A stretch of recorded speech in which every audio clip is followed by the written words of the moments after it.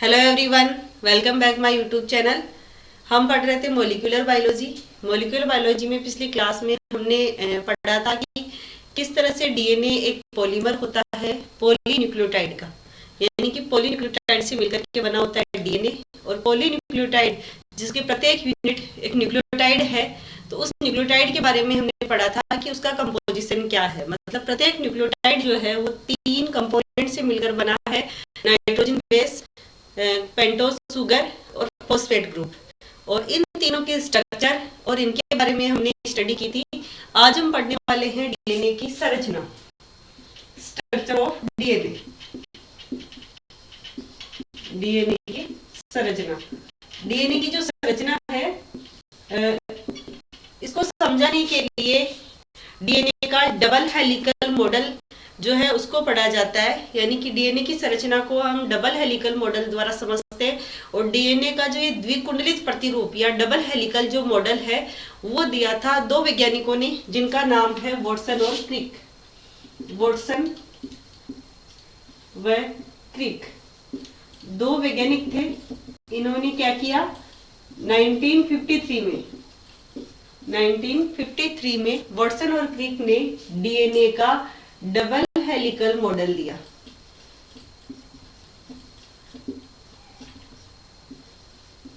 DNA का जो ये डबल हेलिकल मॉडल था, ये मॉडल एक 3D मॉडल था। 3D मॉडल मतलब त्रिविम संरचना है डीएनए की। और ये त्रिविम संरचना जो थी वो किस तकनीक पर आधारित है, तो ये संरचना जो है वो एक्स-रे डिफरेंशिएशन तकनीक पर आधारित है।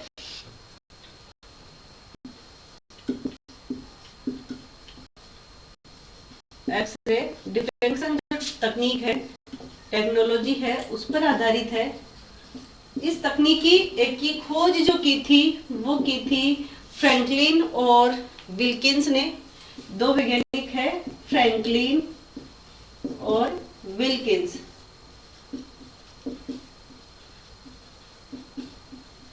फ्रैंकलिन और विल्किंस ने क्या किया था, डीएनए की डबल हेलिकल जो संरचना होती है, डीएनए की द्विकुंडलीय जो संरचना है, डीएनए खंड जो होते हैं, उन डीएनए के एक्स-रे डिफरेंशिएशन तकनीक के द्वारा प्रतिरूप या आरेख या उसके फोटोग्राफ्स प्राप्त किए थे। और उन्हीं फोटोग्राफ्स का यूज करते हुए वॉटसन और क्रिक ने डबल हेलिकल मॉडल दिया।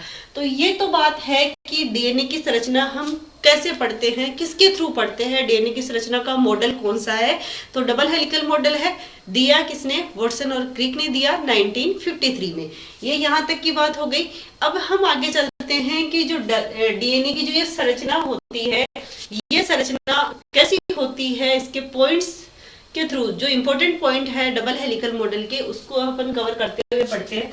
सबसे पहली चीज क्या है इस मॉडल की, वो ये है कि जो डीएनए होता है वो एक द्विरज्जु की संरचना है। डीएनए क्या है, एक द्विरज्जु की संरचना है। द्विरज्जु की का मतलब है कि डीएनए में 2 रज्जुक, डबल स्टैंडर्ड संरचना, 2 स्ट्रैंड पाए जाते हैं, 2 लड़ियां होती हैं, 2 श्रृंखलाएं कह सकते हैं, 2 चेन्स कह सकते हैं। जैसे कि हम इसका प्रतिरूप इस तरह से जैसे हम बात करते हैं, तो ये क्या है, एक श्रृंखला और ये दूसरी श्रृंखला। तो डीएनए क्या है, एक द्विरज्जु की संरचना है, डबल स्टैंडर्ड संरचना है। डीएनए की जो ये 2 श्रृंखलाएं होती है, द्विरज्जु की संरचना का मतलब है इसमें 2 श्रृंखलाएं होंगी। और ये दोनों श्रृंखलाएं जो होती है एक दूसरे के प्रति समानांतर होती है, एंटी पैरेलल होती है। पैरेलल नहीं होती, एंटी पैरेलल तो होगी, मतलब एंटी पैरेलल होगी। तो पहला पॉइंट क्या कहता है कि डीएनए क्या है, एक डीएनए डबल स्टैंडर्ड संरचना है, यानी कि द्विरज्जु की संरचना है जिसमें 2 रज्जु या 2 श्रृंखलाएं होती है। और ये दोनों श्रृंखलाएं एक दूसरे के कैसी होती है, प्रति समानांतर। प्रति समानांतर इसको आप यूं समझिए, जैसे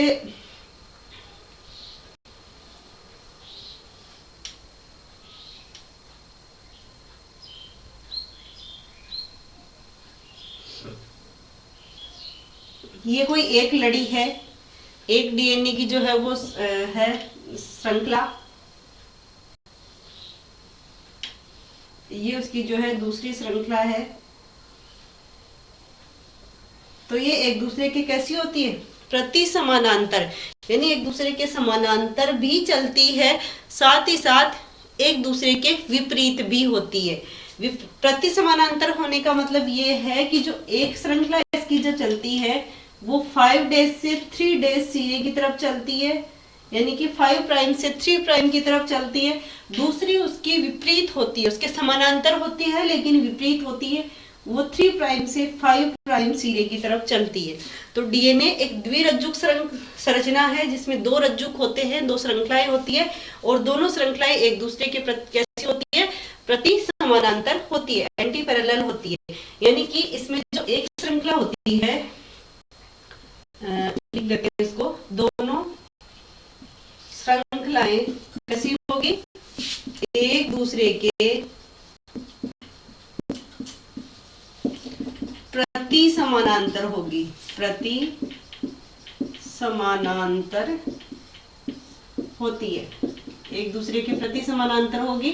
जिसमें क्या होगा, पहली जो श्रृंखला होगी, एक जो श्रृंखला होगी, एक श्रृंखला कैसी होगी, एक श्रृंखला जो चलेगी 5 प्राइम टू 3 प्राइम, और दूसरी जो श्रृंखला चलेगी वो कैसी चलेगी, वो चलेगी 3 प्राइम टू 5 प्राइम, यानी कि प्रति समानांतर होगी दोनों। जैसे ये एक जो है ये चलेगी आपकी श्रृंखला 5 सिरे से 3 सिरे की तरफ, दूसरी चलेगी 3 सिरे से 5 सिरे की तरफ, एक दूसरे के विपरीत होंगी। अब जो दोनों श्रृंखलाएं हैं, ये डीएनए की दोनों श्रृंखलाएं, ये एक दूसरे की संपूरक भी होती है, कॉम्प्लीमेंट्री होती है। यानी कि तीसरा जो पॉइंट क्या कहता है कि डीएनए की जो दोनों श्रृंखलाएं होंगी वो कैसी होती है, एक दूसरे की संपूरक होती है। श्रृंखलाएं एक दूसरे की संपूरक होती है, संपूरक यानी कि कॉम्प्लीमेंट्री होती है। अब कैसे होती है, चलो हम इसको एक थोड़ी सी स्ट्रक्चर बना के देखते हैं। संपूरक का मतलब होता है कि कॉम्प्लीमेंट्री होने का मतलब है कि एक श्रृंखला पर प्यूरिन होगा तो उस प्यूरिन से दूसरे श्रृंखला का पिरिमिडीन ही जुड़ेगा। यानी कि हमेशा क्या होता है इसमें, डीएनए पर जो है एक प्यूरिन जो होता है दूसरे पिरिमिडीन से ही जुड़ेगा। तो इसको अपन श्रृंखला को जो है थोड़ी सी संरचना बना करके देख लेते हैं कि कैसे जुड़ते हैं, श्रृंखला कैसे बनती है। तो डीएनए में जैसे ये एक क्या है, पेंटोज शुगर है, ये पेंटोज शुगर हो गई। इस पेंटोज शुगर पर यहाँ पर क्या जुड़ा होगा, नाइट्रोजनी बेस पेयर, नाइट्रोजनी क्षार जुड़ा होगा, और यहाँ पर क्या जुड़ा होगा, यहाँ पर जुड़ा होगा फॉस्फेट ग्रुप। अब देखो पेंटोज शुगर में हम बात करें तो इसका ये कौन सा कार्बन पे जुड़ेगा, कौन सा, तो हमेशा ध्यान रखना है फर्स्ट कार्बन पे। ये यहाँ पर अपन इसको पहला नंबर देते हैं, फर्स्ट कार्बन पे जुड़ता है नाइट्रोजनी समूह, यानी कि नाइट्रोजनी क्षार जुड़ेगा। और ये इसका जैसे दूसरा हो गया कार्बन, ये तीसरा कार्बन हो गया, ये चौथा कार्बन हो गया, और यहाँ पर साइड में जुड़ा होता है CH2OH स्ट्रक्चर में, जैसे हमने कल देखा था। तो उससे यहाँ पर पांचवें कार्बन से कौन जुड़ेगा, पांचवें कार्बन से फॉस्फेट समूह जुड़ता है। पांचवें कार्बन से कौन जुड़ेगा, फॉस्फेट समूह। और पहले कार्बन से हमेशा कौन जुड़ेगा, कोई नाइट्रोजनी क्षार। और नाइट्रोजनी क्षारों के बारे में हमने बात की थी कि नाइट्रोजनी क्षार कितने थे। तो नाइट्रोजनी क्षारों को हमने जैसे इधर देखते हैं, दो प्रकार के हमने देखे थे, प्यूरिन और पिरिमिडीन। तो कौन कौन से थे वो, ए और जी तो कौन से थे, प्यूरिन थे, और टी और सी कौन से थे, पिरिमिडीन थे। तो हमेशा ये एक दूसरे की कॉम्प्लीमेंट्री होती है, संपूरक होती है। मतलब एक तरफ इन दोनों में से कोई एक होगा, दूसरे श्रृंखला पर इन दोनों में से कोई एक होगा। जैसे यहाँ पर कौन आ गया, यहाँ पर ए आ गया, चारों में से कोई भी आ जाएगा यहाँ पर। तो यहाँ पर क्या है, एडेनिन नाइट्रोजनी क्षारक हो गया, ये फॉस्फेट ग्रुप हो गया, और ये क्या हो गई, पेंटोज शर्करा हो गई। अब पेंटोज शर्करा का नीचे क्या होगा, जैसे दूसरा कोई पेंटोज शुगर होगी, यानी कि एक क्या बन गया, ये एक न्यूक्लियोटाइड बन गया, एक न्यूक्लियोटाइड हो गया। अब दूसरे न्यूक्लियोटाइड की यहाँ पर वैसे ही फर्स्ट जो होगा इसका कार्बन,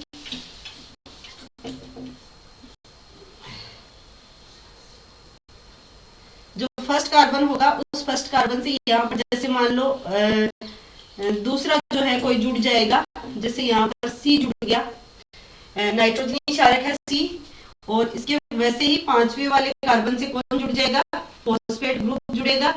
और पहले न्यूक्लियोटाइड से ये एक न्यूक्लियोटाइड हो गया, ये दूसरा न्यूक्लियोटाइड हो गया, तो इस न्यूक्लियोटाइड से ये न्यूक्लियोटाइड कैसे जुड़ेगा, तो एक न्यूक्लियोटाइड दूसरे न्यूक्लियोटाइड के इस पहले न्यूक्लियोटाइड का तीसरे नंबर वाला कार्बन जो है फॉस्फेट ग्रुप से जुड़ जाएगा।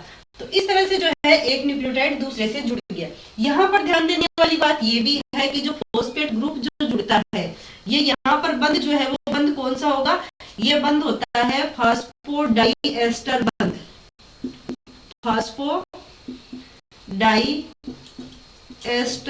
बंध, यानी कि फॉस्फेट ग्रुप फॉस्फोडाइएस्टर बंध द्वारा जुड़ता है, ये भी फॉस्फोडाइएस्टर बंध होगा और ये भी फॉस्फोडाइएस्टर बंध, यानी कि यूं कहा जाए कि फॉस्फेट ग्रुप जो है न्यूक्लियोटाइड में फॉस्फेट ग्रुप जो जुड़ा होता है, क्योंकि पहले एक पेंटोस सुगर और नाइट्रोजनी क्षारक जुड़ते हैं जिसको अपन न्यूक्लियोसाइड कहते हैं, फिर न्यूक्लियोसाइड से फॉस्फेट ग्रुप जुड़ जाता है तो न्यूक्लियोटाइड हो जाता है। तो इस न्यूक्लियोसाइड से जब फॉस्फेट ग्रुप जुड़ता है तो कौन सा बंध बनता है, फॉस्फोडाइएस्टर बंध। वैसे ही एक न्यूक्लियोटाइड दूसरे न्यूक्लियोटाइड से भी जब जुड़ता है तो वो बंध भी कौन सा होता है, फॉस्फोडाइएस्टर बंध। और पेंटोस सुगर नाइट्रोजनी क्षारक से जो जुड़ती है, यहाँ पर जो ये बंध बना है ये बंध कौन सा होता है, इस बंध का नाम क्या है, ग्लाइकोसिडिक बंध। इस बंध को हम क्या कहते हैं, ग्लाइकोसिडिक बंध। ठीक है, तो इस तरह से एक न्यूक्लियोटाइड दूसरा न्यूक्लियोटाइड बन गया, सेम जो है नीचे तीसरा न्यूक्लियोटाइड बन जाएगा। और यहाँ पर कोई जो है नाइट्रोजनी क्षार जुड़ेगा, इधर जो है इसके 5 कार्बन से जो है फॉस्फेट जुड़ेगा और ये इसके तीसरे कार्बन से जुड़ जाएगा। तो इस तरह से जो है न्यूक्लियोटाइड की एक श्रृंखला बनती है। अब दूसरी जो श्रृंखला बनेगी वो दूसरी श्रृंखला कैसी होगी, इसकी एंटी पैरेलल होगी, यानी कि प्रति समानांतर होगी। यहाँ पर देखो 5वें सिरे से श्रृंखला चल रही है आगे की तरफ, और नीचे लास्ट में जो तीसरा सिरा आएगा जहां पर ये श्रृंखला खत्म हो जाएगी उस तीसरे सिरे पर OH ग्रुप होगा, तीसरे सिरे पर, क्योंकि यहाँ पर 3 नंबर कार्बन होगा, इस पे OH ग्रुप होगा, 5वें सिरे से शुरू हुई थी। अब अगर दूसरी जो अगर अपन इसके सामने दूसरी श्रृंखला कैसे बनेगी उसकी अगर अपन बात करें,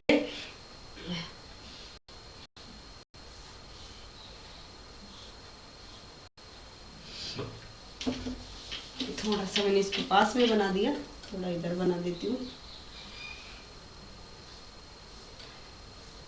ये पेंटोस सुगर हो गई। इस पेंटोस सुगर में क्या होगा, यहाँ पर ये 1 नंबर कार्बन है इसका, ये 2 नंबर, ये 3 नंबर, ये 4 नंबर, और यहाँ पर जुड़ा होता है 5 नंबर। तो इस 5 नंबर वाले से कौन जुड़ जाएगा, फॉस्फेट ग्रुप जुड़ जाएगा। और 1 नंबर वाले से यहाँ पर कौन जुड़ेगा, यहाँ पर जुड़ेगा कोई नाइट्रोजनी क्षार, और 3 नंबर वाले से यहाँ पर OH ग्रुप जुड़ा रहता है। अब यहाँ पर जो नाइट्रोजनी क्षार जुड़ेगा, जैसे यहाँ पर एडेनिन जुड़ा था, हमेशा कौन सा नाइट्रोजनी क्षार जुड़ेगा सामने, तो हमेशा एक प्यूरीन दूसरे पिरिमिडीन से जुड़ेगा। अब ये 2 प्यूरीन है, एडेनिन और ग्वानिन, और थाइमीन और साइटोसिन क्या है, पिरिमिडीन है। तो हमेशा इन दोनों में से एक श्रृंखला पे कोई एक होगा तो दूसरे सामने वाली श्रृंखला पर कोई पिरिमिडीन होगा। तो यहाँ पर जैसे, और इसका भी फिक्स है कि एडेनिन हमेशा जुड़ता है थाइमीन से और साइटोसिन हमेशा जुड़ता है ग्वानिन से। या यूं कहे कि इधर थाइमीन होगा तो उधर एडेनिन होगा, इधर साइटोसिन होगा उधर ग्वानिन होगा, इधर ग्वानिन होगा उधर साइटोसिन। तो हमेशा एडेनिन जो प्यूरीन नाइट्रोजनी क्षार है वो थाइमीन पिरिमिडीन क्षार से जुड़ेगा, और इनमें जो बॉन्ड बनता है वो बनता है हाइड्रोजन बंध। और हाइड्रोजन बंध जो होता है वो भी एडेनिन और थाइमीन के बीच में बनता है डबल हाइड्रोजन बॉन्ड, और साइटोसिन और ग्वानिन के मध्य बनता है ट्रिपल हाइड्रोजन बॉन्ड। अब जैसे इस श्रृंखला पर यहाँ पर एडेनिन जुड़ा है तो सामने वाली इस श्रृंखला पर क्या होगा, यहाँ पर T होगा। A हमेशा किससे जुड़ेगा, T से, यानी थाइमीन होगा, और इन दोनों के बीच में यहाँ पर जो बॉन्ड बनेगा वो कौन सा होगा, हाइड्रोजन बंध, जो डबल हाइड्रोजन बंध होगा। इसी प्रकार से जो है यहाँ पर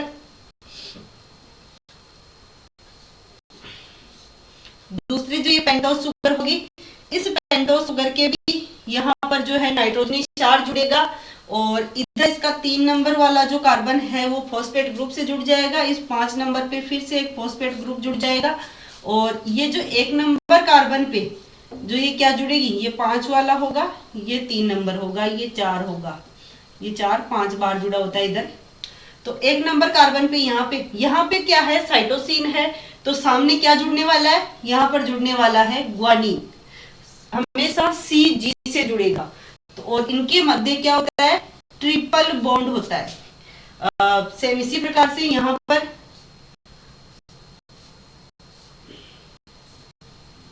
ये इससे जुड़ जाएगा और यहाँ पर जुड़ेगा 5 नंबर पे कौन जुड़ेगा, फॉस्फेट ग्रुप।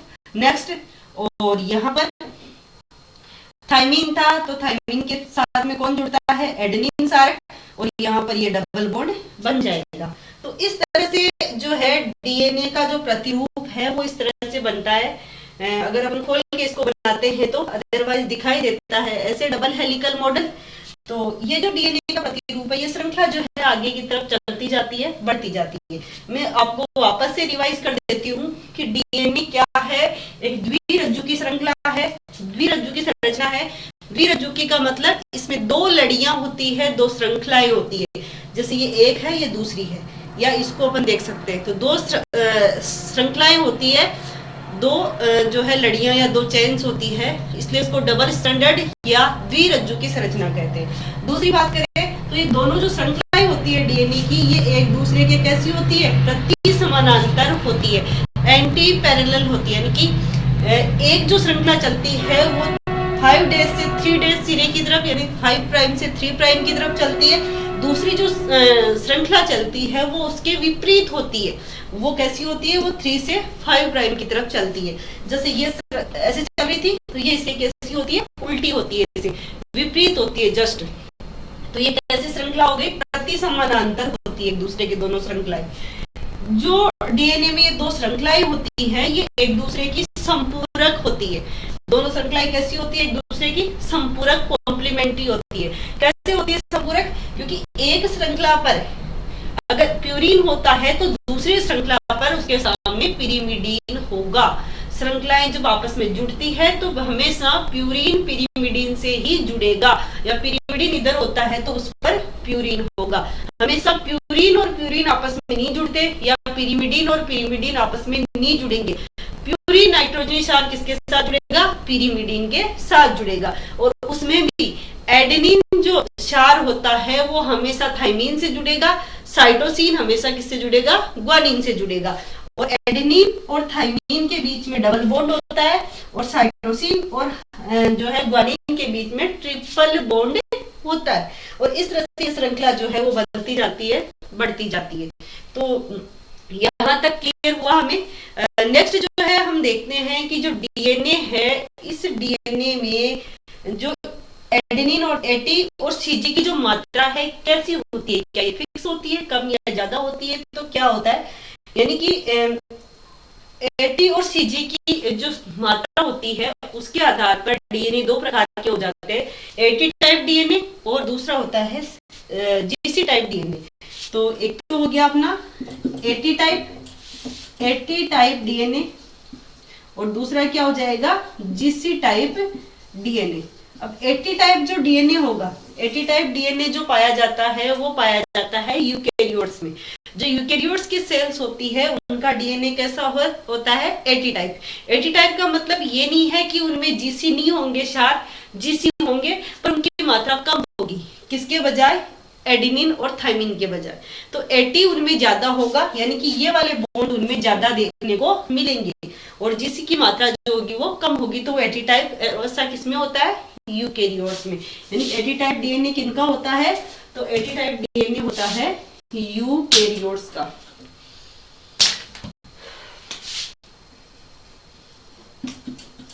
यूकेरियोट्स का उनमें क्या होता है, एटी टाइप डीएनए होता है। और जीसी टाइप डीएनए किनका होता है, जीसी टाइप जो डीएनए मिलता है वो मिलता है प्रोकैरियोट्स में। यानी कि प्रोकैरियोट्स में क्या होता है, प्रोकैरियोट्स में जीसी की जो मात्रा होती है वो एटी से ज्यादा होती है। अब बात अगर अपन करें कि जो डीएनए होता है उसमें जो जीसी है, जीसी टाइप का डीएनए जो होता है, इसमें क्या होता है, ट्रिपल बॉन्ड होता है। जी और सी में क्या होता है, ट्रिपल बॉन्ड होता है। तो जीसी टाइप जो डीएनए होता है उसका मेल्टिंग पॉइंट ज्यादा होता है। जीसी टाइप डीएनए में ट्रिपल बॉन्ड होता है, मतलब जीसी ज्यादा होंगे, उसमें जितने ज्यादा होंगे उतने ट्रिपल बॉन्ड ज्यादा होंगे। तो इसी कारण इसका क्या होता है, जीसी टाइप डीएनए का, यानी प्रोकैरियोट्स जो डीएनए होते हैं उनका मेल्टिंग पॉइंट क्या होता है, ज्यादा होता है। एक फैक्ट है याद रखने वाला कि जीसी टाइप डीएनए का मेल्टिंग पॉइंट जो होगा ज्यादा होगा। तो ये डीएनए की स्ट्रक्चर हमने देखी। नेक्स्ट जो है हम आगे बात करते हैं।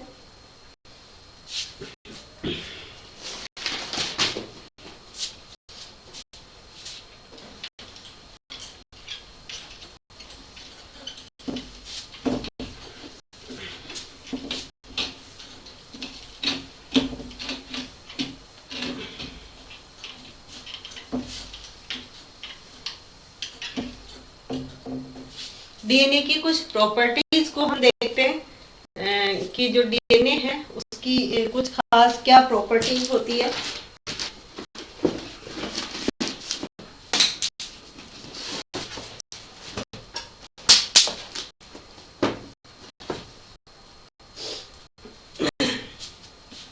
अब वाटसन और क्रिक ने जो ये डीएनए मॉडल दिया था, ये डीएनए कैसा डीएनए था, तो इसको कहा जाता है बी डीएनए। यानी वाटसन और क्रिक ने जो ये डीएनए का मॉडल दिया था वो डीएनए किस प्रकार का था, ये था बी डीएनए। डीएनए जो होते हैं कई प्रकार के होते हैं वैसे, जैसे कि ए डीएनए, बी डीएनए,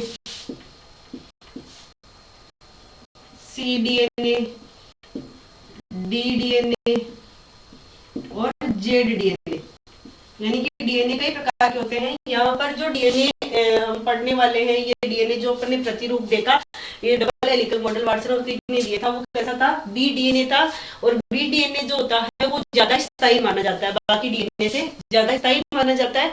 और ये जो डीएनए होता है इसमें जो कुंडलन होता है, यानी कि ये जो कुंडलित संरचना होती है, इसकी जो कुंडलन होता है वो कुंडलन जो होता है वो क्लॉकवाइज होता है, घड़ी की दिशा में होता है। इसीलिए इसको जो है राइट हैंड डीएनए भी कहा जाता है, right handed DNA, right handed DNA या बी डीएनए, क्योंकि इसमें जो कुंडलन होता है वो कैसा होता है, वो क्लॉकवाइज होता है, कुंडल की दिशा। अब इसकी कुछ प्रॉपर्टीज देखते हैं कि इसमें जो है एक मतलब कुछ डेटा इससे रिलेटेड, जो डीएनए होता है, जैसे कि ये एक डीएनए है, तो इस डीएनए के जो एक कुंडलन इसका कंप्लीट होता है, जैसे यहां से कुंडलन होना शुरू हुआ यहां तक, यहां से यहां तक की जो दूरी है, एक कुंडलन की जो इसकी लंबाई होती है वो होती है 34 एंगस्ट्रम। यानी कि डीएनए के एक कुंडलन की लंबाई, तो एक कुंडलन की लंबाई कितनी होगी, एक कुंडलन की लंबाई कितनी होगी, एक कुंडलन की लंबाई होती है 34 एंगस्ट्रम, 34 एंगस्ट्रम होती है। इसी प्रकार से जो एक कुंडलन की लंबाई हो गई कितनी, 34 एंगस्ट्रम। अब इस एक कुंडलन में जो नाइट्रोजनी क्षार युग्म पाए जाते हैं, इस तरह से ये क्षार युग्म जो है वो होते हैं। तो जो नाइट्रोजनी क्षार युग्म पाए जाते हैं इस तरह से, जैसे ये एक क्षार युग्म हो गया, दूसरा हो गया, तीसरा हो गया, तो ये कितने होते हैं, तो एक कुंडलन में जो नाइट्रोजनी क्षार युग्म है उनकी संख्या जो है वो होती है 10 बेस पेयर या 10 क्षार युग्म। कुंडलन में जो नाइट्रोजनी क्षार युग्म है, N2 क्षार युग्मों की संख्या, N2 क्षार युग्मों की संख्या, एक कुंडलन में जो क्षार युग्मों की संख्या है वो कितनी होती है, 10 क्षार युग्म या 10 बीपी, 10 क्षार युग्म पाए जाते हैं एक कुंडलन में। अब दो क्षार युग्मों के बीच की अगर दूरी की बात करें हम, दो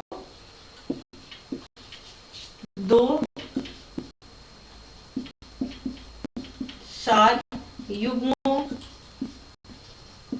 के बीच की दूरी, दो क्षार युग्मों के बीच की दूरी जो होगी वो कितनी होगी, तो वो होती है 3.4 एंगस्ट्रम। 3.4 एंगस्ट्रम होती है। दो सार युग्मों के बीच की जो दूरी होती है वो कितनी होती है? 3.4 एंगस्ट्रम। अब डीएनए में जो मोटाई जो होती है डीएनए की, या यूं कहे हम डीएनए का जो व्यास होता है कुंडलन का, तो डीएनए के कुंडलन का व्यास या डीएनए की मोटाई कह सकते हैं, वो कितना होता है? वो 20 एंगस्ट्रम होता है। कितना होगा? 20 एंगस्ट्रम होता है। 20 एंगस्ट्रम कहां से कहां तक? जैसे इस फोस्फेट से लेकर के इस फोस्फेट तक, ये हो गया इसका व्यास पूरा का पूरा यहाँ तक। तो ये कितना होता है? ये होता है 20 एंगस्ट्रम होता है। अब अगर अपन तो इसको फोस्फेट टू फोस्फेट की दूरी भी कह सकते हैं, या एक कुंडलन का व्यास कह सकते हैं, डीएनए की मोटाई कह सकते हैं। अगर आपको कह दिया जाए कि सुगर टू सुगर डीएनए की मोटाई कितनी होती है, तो सुगर टू सुगर जो होगी, यहाँ से सुगर से लेकर के इस दूसरी सुगर तक, सुगर टू सुगर जो मोटाई होगी डीएनए की, तो वो होती है 11 एंगस्ट्रम। सुगर टू सुगर मोटाई होती है 11 एंगस्ट्रम। तो ये डीएनए से रिलेटेड कुछ प्रॉपर्टीज थी। हमने देखा एक कुंडलन की मोटाई 34 एंगस्ट्रम। इसके अलावा एक कुंडलन में क्षार युग्मों की संख्या होती है 10 बेस पेयर या 10 क्षार युग्म। प्रत्येक दो क्षार युग्मों के बीच की दूरी, यानी जो दो क्षार युग्म होंगे पास पास, उनके बीच की दूरी की बात करें तो 3.4 एंगस्ट्रम होगी। डीएनए की मोटाई या कुंडलन का व्यास अगर कितना अपन देखें तो वो कितना होता है? 20 एंगस्ट्रम होता है। और इस प्रकार से अगर अपन डीएनए की बात करें तो जो मानव का जो डीएनए होता है, मानव का डीएनए लगभग 2.2 मीटर लंबा होता है। टोटल अगर अपन डीएनए की बात करें तो कितना होता है? 2.2 मीटर लंबा होता है। अब आप खुद सोचिए कि अपनी कोशिका इतनी छोटी, जिसको कि अपन देख नहीं सकते बिना माइक्रोस्कोप के, और उसमें भी केंद्रक कितना छोटा होगा, और केंद्रक के अंदर डीएनए रहता है, तो इतना लंबा डीएनए, 2.2 मीटर लंबा डीएनए उस केंद्रक में किस तरह से समाहित रहता है। यानी कि डीएनए की हमने ये माप देखी, तो इतना लंबा डीएनए उस केंद्रक में किस तरह से समाहित रहता है। तो ये डीएनए जो है, कुछ विशेष प्रोटीन होती है, stone protein, non stone protein, उनके साथ जुड़ करके एक विशेष व्यवस्था में वहां पर जो है समाहित रहता है, जिसको अपन पढ़ेंगे डीएनए पैकेजिंग में नेक्स्ट क्लास में। फिलहाल आज की क्लास में हमने देखा डीएनए की संरचना देखी, हमने डीएनए प्रतिरूप देखा। एक छोटा सा पॉइंट जो है अपनी क्लास में आज जो रह रहा है वो है अपना चारगाफ का नियम, लॉ ऑफ चारगाफ। छोटा सा एक है चारगाफ का नियम। चारगाफ ने जो नाइट्रोजनी क्षार होते हैं, इन नाइट्रोजनी क्षारों के अनुपात को लेकर के अपना नियम दिया। चारगाफ क्या कहते हैं? वो कहते हैं कि किसी भी डीएनए में जो एडेनिन क्षारक होता है, एडेनिन क्षारक का प्रतिशत जो है थायमीन क्षारक के प्रतिशत के बराबर होगा। एडेनिन जो क्षारक है उसका प्रतिशत किसके बराबर होगा? थायमीन के बराबर होगा। और जो साइटोसिन है उसका जो प्रतिशत होता है वो किसके बराबर होगा?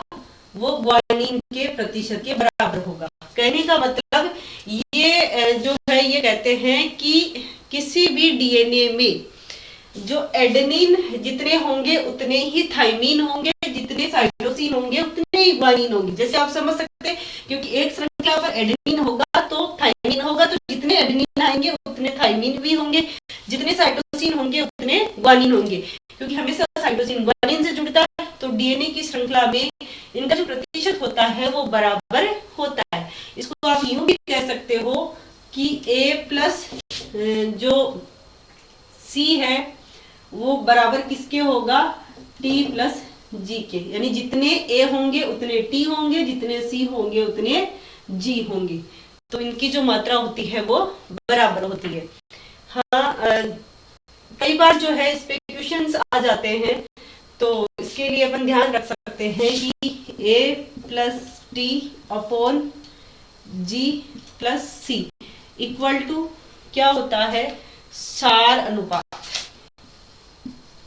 क्षार अनुपात जो है वो है ये क्षार अनुपात अगर अपन देखें, जैसे कि यूकेरियोटिक कोशिकाओं का क्षार अनुपात अगर अपन देखें तो यूकेरियोटिक कोशिकाओं में, यूकेरियोटिक जो जीव होते हैं उनमें जो क्षार अनुपात आता है वो हमेशा होता है 1 से ज्यादा मिलेगा। क्यों? क्योंकि यूकेरियोटिक जीवों का जो डीएनए होता है वो एटी टाइप होता है। एटी टाइप डीएनए हमने बात की थी ना पहले कि डीएनए में क्षारों के आधार पर 2 प्रकार के होते हैं, एटी टाइप और जीसी टाइप। एटी टाइप जिसमें एटी की मात्रा ज्यादा होगी तो इनका जो अनुपात एटी टाइप, तो एटी की मात्रा ज्यादा होगी, जीसी की कम होगी। तो इसमें अगर अपन देखेंगे तो यूकेरियोटिक में क्या होगा, इसकी मात्रा ज्यादा होगी, मतलब जो मान आएगा वो 1 से ज्यादा आएगा। और प्रोकैरियोट्स में क्या होता है, क्षार अनुपात जो आएगा प्रोकैरियोट्स में तो वो कैसा होगा, प्रोकैरियोटिक में जो क्षार अनुपात आता है वो हमेशा कैसा होता है, 1 से कम होता है। क्षार अनुपात 1 से कम होगा। क्यों होगा? क्योंकि प्रोकैरियोटिक जीवों का जो डीएनए होता है वो कैसा होता है, वो जीसी टाइप होता है, और जीसी टाइप होने की वजह से मान कैसा आएगा, 1 से कम आएगा। अब कुछ और 2 छोटे छोटे पॉइंट या 2 फैक्ट जो है उनकी बात करें यदि हम, कि अगर अपन किसी डीएनए को 80 डिग्री पे हीट करते हैं, क्या है फैक्ट अपना फैक्ट है कि हम क्या करें, कोई डीएनए है अपना, अगर इस डीएनए को अपन 80 डिग्री सेंटीग्रेड पे क्या कर रहे हैं, हीट कर रहे हैं, तो क्या हो जाएगा, डिफरेंशिएशन हो जाएगा। यानी कि अगर अपन इसको 80 डिग्री पे क्या करेंगे, हीट करेंगे तो डीनेचुरेशन होगा, यानी कि इसकी जो दोनों रज्जुक है, दोनों लड़ियां हैं वो पृथक पृथक हो जाएगी। क्या होगा, डीनेचुरेशन हो जाएगा।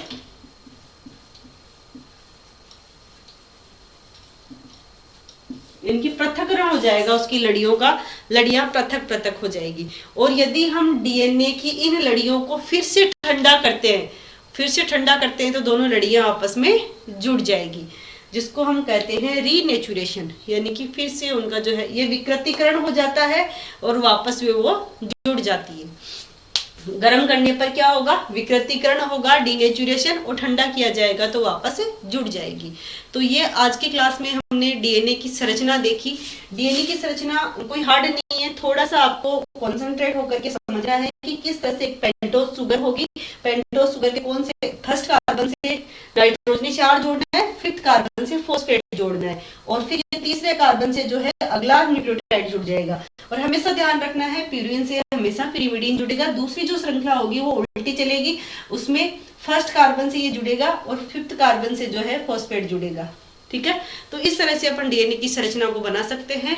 तो आज की क्लास में बस इतना ही। अगर आपको ये वीडियो पसंद आता है तो इसे लाइक कीजिए, शेयर कीजिए, चैनल को सब्सक्राइब कीजिए। Thank you watching for my video. मिलते हैं नेक्स्ट वीडियो।